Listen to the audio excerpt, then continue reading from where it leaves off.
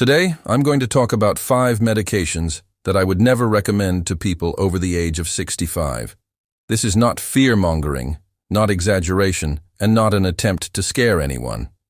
These are conclusions from real medical practice, observations, and dozens of situations where exactly these drugs led to falls, heart problems, dehydration, hospitalizations, and even fatal outcomes.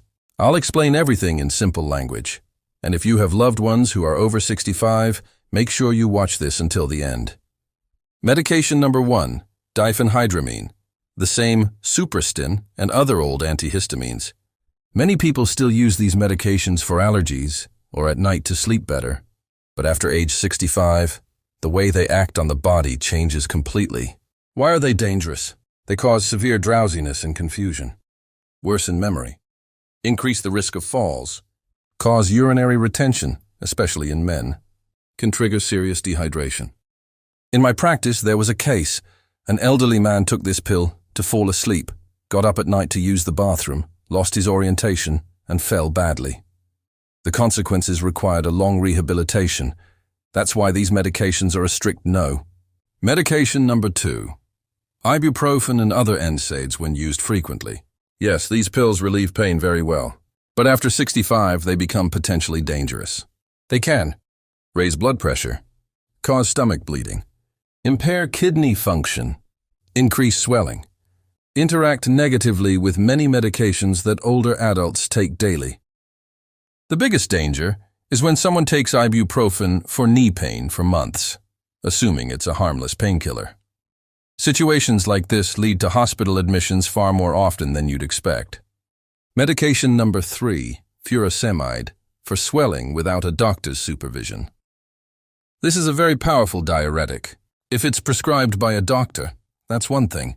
But when someone takes it on their own to reduce swelling, it becomes a real danger.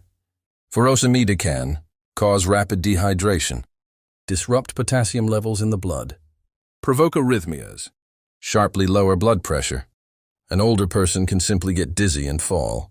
And hospitalizations due to improper use of such medications are among the most common reasons for emergency admissions.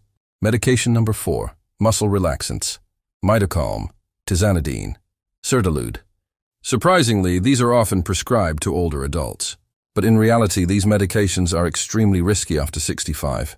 They cause severe weakness and dizziness, falls, sudden changes in blood pressure, respiratory suppression in higher doses.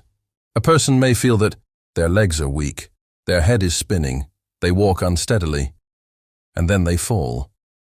That's why I never recommend these drugs to people over 65, especially those who live alone.